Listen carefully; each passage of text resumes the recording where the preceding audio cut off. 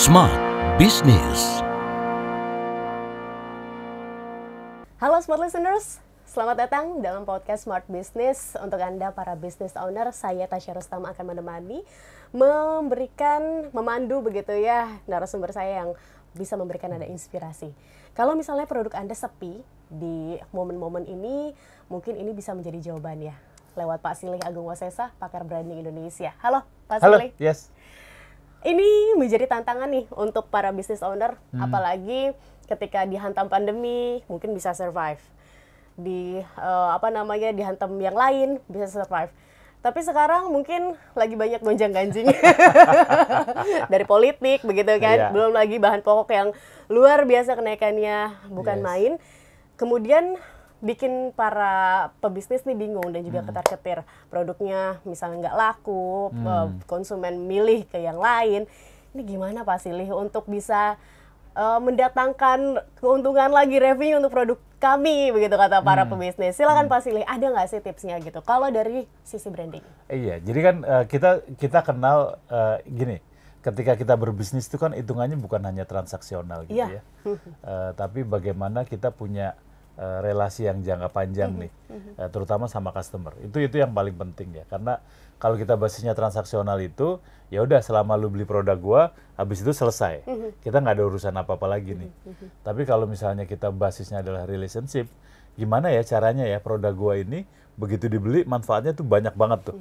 Kan itu basisnya itu. Itu yang pertama yang harus dipahami itu. Sehingga ketika kita bisnis kita tahu nih kira-kira relation apa yang bisa terbangun dengan itu. Relation itu apa yang terbangun dengan itu. Kalau konsep umum ada yang bilang kita harus promosi lah gitu ya. Kita harus sewa influencer lah dengan segala macam gitu. Memanfaatkan database. Manfaatin database gitu. Itu oke, secara teknis itu oke gitu. Tapi basisnya kan relationship-nya terbangun nggak? Sama-sama punya database gitu, tapi relasinya terbangun apa enggak? Nah itu, sehingga kita kenal yang namanya gimana caranya untuk ngebooster revenue. Wow, ini pasti senang nih pada pebisnis Itu kan, sebenarnya, iya, nge-booster revenue. Nge-booster revenue dengan relationship tadi. Nah, tinggal produk kita apa nih terkait dengan relationship-nya gitu. Buat teman-teman yang sekarang lagi suka influencer gitu ya, kan sekarang mendadak profesi influencer tuh disukai oleh banyak orang gitu ya. Ngerasa habis itu dapat endorser gitu biar dapat. Tapi contohnya nih ketika influencer bukan berpikir kira-kira siapa yang mau nge-endorse, sekali nge-endorse biayanya berapa, tapi pada saat kita mau jadi influencer, relationship apa yang bisa kita bangun nih? Karena itu yang akan berpengaruh tuh terhadap follower kita, engagement kita akan berpengaruh di situ gitu. Banyak influencer yang mencoba masuk ke kontradiktif misalnya gitu ya, bahwa child free, terus kemudian segala macam yang kontroversi gitu biar engagement rate-nya tinggi gitu. Tapi biasanya nggak akan lama. Tapi ketika relationship terbangun yang sederhana gitu, contoh nih dia ngebikin konten khusus buat pendidikan anak-anak dengan cara yang bagus gitu, itu udah, dan itu levelnya tingkat bahkan global gitu ya, itu juga jauh lebih long term. Sama kalau kita punya restoran misalnya, kira-kira apa nih yang bisa dikasih dari restoran itu. Ada satu case yang menarik nih, misalnya salah satu cafe yang sekarang buka di beberapa tempat, di Bali ada, di Jakarta ada, kalau nggak salah lagi buka di New York juga gitu ya. Wow. Itu dia punya konsep yang sederhana tuh untuk bangun relationship. Orang kalau ke kafe itu yang selalu dibutuhin apa sih? Air putih. Yes, benar. Abis minum kopi Pakai air butuh putih, terus ya jus juga pakai air putih gitu. Yes. Nah yang dia lakukan adalah air putihnya dikasih gratis. Dan proper gitu ya, ngasihnya juga proper, tempatnya juga proper gitu. Jadi begitu, itu kan relationship tuh. Dan bentuknya juga bukan transaksional. Kalau transaksional, ini ya air putih gratis ya, udah gue gratisin, awas lu nggak beli yang lain. Itu kan bilangnya udah secara pakai universe gitu.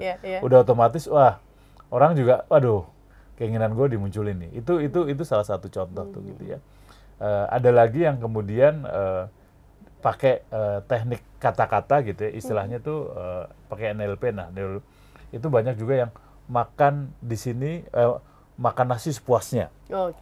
Sayur dan nasi sepuasnya gitu. Itu kan kata-kata sepuasnya tuh membuat orang ngerasa, wah gila gue bisa makan. Apalagi sekarang tuh, Akibatnya apa? Oke, dia beli nasinya dengan harga yang oke, makannya sebanyak-banyaknya, tapi kemudian dia akan beli lauknya yang lain sebagai ucapan rasa terima kasih atas itu. Jadi itu salah satu contoh tuh bagaimana kemudian kita ngebangun revenue booster itu bisa dilakukan kalau relasi kita dengan customer itu modelnya relationship, Oke. bukan transaksional. Baik. Jadi selain memang dia customer, kita juga memperhatikan sebenarnya kalau andai kata dia butuh, dia membeli produk kita, apa lagi sih yang kira-kira dia butuhkan dan kita bisa memprovide itu ya Pak Silly, ya? Yes, betul. Dengan niat yang baik. Dengan niat baik. Bedanya apa? Kan banyak yang bilang, gua kok ngasih diskon saben ngasih diskon penjualannya naik. Begitu diskon berhenti, Hilang, habis, nggak tahu orang konsumennya kemana. itu Iya. namanya transaksional. Oh. Sementara yang tadi yang ngasih air putih itu relationship. Oh, saya tahu nih gitu. Kalau di Australia bahkan ada yang ketika kondisi di satu daerah dia punya kafe gitu, di mana di situ banyak homeless, orang-orang yang nggak punya rumah gitu. Dia bikin program beli satu untuk satu orang yang homeless. Oh. Jadi tapi konsumennya bayar 2 misalnya. Terus dia bilang oke, misalnya harganya $50 gitu. Udah dia beli, oke. Saya bayar $100 ya. Nah, terus dia tulis tuh di kafenya ada satu buat buat tunawisma gitu. Terus tunawismanya datang, dia bilang nih ada satu nih, satu lagi gitu. Itu kemudian penjualannya justru lebih. Oke. Saya teringat satu buah brand roti, Pak Silly. Jadi brand roti ini sering banget ngasih buy one get one, tapi harganya tetap sama. Bahkan kadang-kadang didiskon. Ya. Nah ini gimana? Apakah itu salah satunya? Enggak, itu transaksional. Oh, oke. Karena buy one get one sebetulnya kan cuman oke, kita punya harga sekian, ya udah saya ngurangin marginal. Terus beli satu dapat 2 gitu. Itu kayak gitu. Yang kedua kadang-kadang ini ada produk nggak laku nih. Kita pengen ngejual produk ini nih. Ya udah masukin aja jadi bundling lah. Beli satu dapat satu gitu. Tapi sebetulnya yang satu ini produk yang nggak laku. Daripada di gudang lama gitu ya, menu-menuin gudang terus basi, udah kasih ke sini kan lumayan bisa ngedongkrak penjualan ini gitu. Itu masih transaksional. Baik. Kalau CSR? Sama, basis CSR-nya apa dulu? Oke. Basis CSR-nya apa dulu? Rata-rata karena kalau yang perusahaan-perusahaan secara umum CSR itu ditentukan oleh jumlah keuntungan. Jadi begitu keuntungannya kecil gitu ya, pokoknya katakanlah misalnya 1% dari keuntungan gitu. Begitu keuntungannya kecil ya 1%-nya turun gitu. CSR-nya juga seperti itu. Tapi ada yang ya nggak banyak lah. Ada perusahaan kosmetik gitu ya, lokal punya Indonesia gitu. Itu pada saat COVID kemarin, ketika jualan udah pasti turun, kosmetik Nggak dipakai gitu. Mau kemana Mau orang? kemana yang dia Iya. lakukan itu, dia langsung ngeluarin uang 90 miliar untuk ngebantu COVID.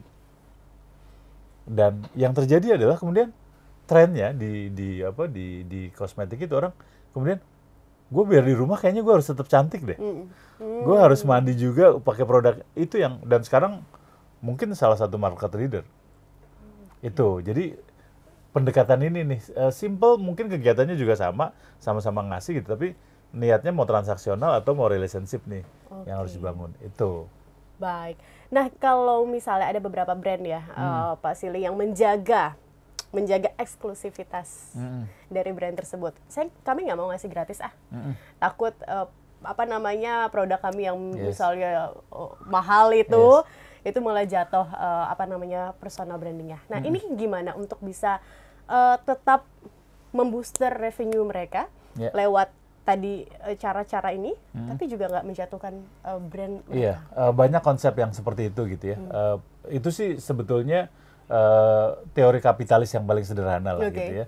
Kalau kita jualan terus kemudian sisa dari jualan itu kita kasih ke orang, besoknya orang nggak mau beli. Itu konsep kapitalisme kan kayak gitu. Dan itu dilakukan juga di Indonesia gitu. Ada banyak koperasi susu tuh, dia punya banyak susu, terus kemudian susunya nggak laku. Ada dua kontainer gitu, ya 2 dibuang ke sungai gitu. Orang-orang miskin di sekitarnya cuma bisa lihat doang gitu. Itu konsep lama. Tapi sebaiknya itu tidak lagi dilakukan gitu. Jadi ketika ada produk yang memang nggak dipakai, ya itu usahakan untuk bermanfaat. Terkait sama brand tadi pertanyaannya, gimana kalau kita pengen ngejaga brand? ngejaga brand untuk tetap stay di titik itu gitu ya, sehingga orang nggak nganggap ini brand murahan gitu. Justru yang kayak gitu, itu justru memperkuat brand itu. Selama ini brand itu menjadi turun ketika dia ngasih diskon. Yang harganya 1 juta gitu ya, di diskon 50%. Jadi 500.000 gitu ya. Ya begitu diskonnya berhenti ya pasti nggak akan berhenti gitu. Makanya kemudian sekarang banyak brand yang tetap stay di situ. Tapi ya udah, harganya tetap di situ. Kalau mau beli harganya ini, kan relationship-nya bisa dibangun dengan yang lain. Keuntungannya tetap banyak. Nah, keuntungan ini yang dibangun untuk relationship yang lain. Baik, indikatornya apa Pak Silih yang menandakan bahwa booster ini berhasil nih untuk perusahaan kami? Revenue. Jualannya naik gitu loh. Oke. Indikatornya itu. Jadi enak sih sebetulnya kita tesnya pakai kayak gitu aja gitu. Sering saya ada beberapa brand yang kemudian katakanlah nih dia baru brandnya baru kemudian tumbuh, terus kemudian kebutuhannya menjadi tinggi. Yeah. Kemudian kan dia sebelumnya punya vendor. Karena waktu kemarin kebutuhannya kecil, vendornya kan pasti nyari yang kecil tuh. Pertanyaan kan begitu gue gede, nyari vendor yang lebih gede, yang pasti harganya lebih murah, atau ngedidik vendor yang ini? Saya bilang, coba deh ngedidik vendor yang kecil. Jadi sama-sama naik nih. Ya harganya mungkin mahal, tapi kita lihat deh relationship-nya. Saya ada beberapa brand yang seperti itu. Jadi ketika dia sama vendor tuh memang selalu jaga banget. Sampai satu saat terjadi krisis, kayak sekarang nih krisis nih. Terus dia nggak punya uang untuk beli, untuk ngebayarin gitu. Vendornya enggak. Ambil aja dulu. Oke. Nah itu kan salah satu contoh relationship-nya kayak gitu tuh. Oke. Berarti relationship itu dibangun tidak hanya kepada konsumen, tapi juga kepada stakeholder benar, yang mendukung dari bisnis kita. Iya, betul. Nah itu, jadi kalau itu kita bangun semua, jadi relasinya jadi enak. Relationship. Ini berlaku nggak untuk brand-brand yang sudah go internasional? Kita tahu kalau di timuran rasa humanity ini masih ada. Tapi kalau misalnya kita ngomong untuk di brand barat begitu kan, yang ya tadi mungkin kapitalis ya, itu gimana? Apakah sama treatmentnya? Banyak, mereka rata-rata justru yang berkembang yang kayak gitu ya. Ada beberapa brand yang memang dia sengaja untuk ngambil dari, ada satu fashion dari Jepang gitu ya. Ada satu fashion dari Jepang, itu brandnya, mereka tuh memang memberdayakan seniman-seniman lokal untuk ngebantu, untuk bikin desainnya gitu. Satu itu. Kedua juga dia memang ngambil sumbernya, source-nya dari negara-negara berkembang. Kemudian kualitasnya dijaga, modelnya kayak apa, bikin banyak, udah kemudian langsung masuk. Dan itu yang terjadi sih. Gitu. Baik.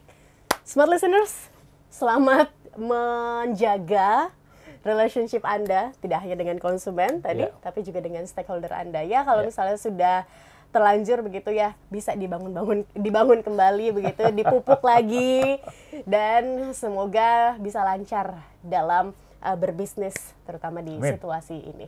Terima kasih Pak Silih. Sama-sama. Sudah berbagi bersama dengan kami. Dan pastikan Anda juga tonton podcast lainnya dalam podcast Smart Business. Tasya dan Pak Silih pamit. Terima kasih. Sampai jumpa. Smart Business.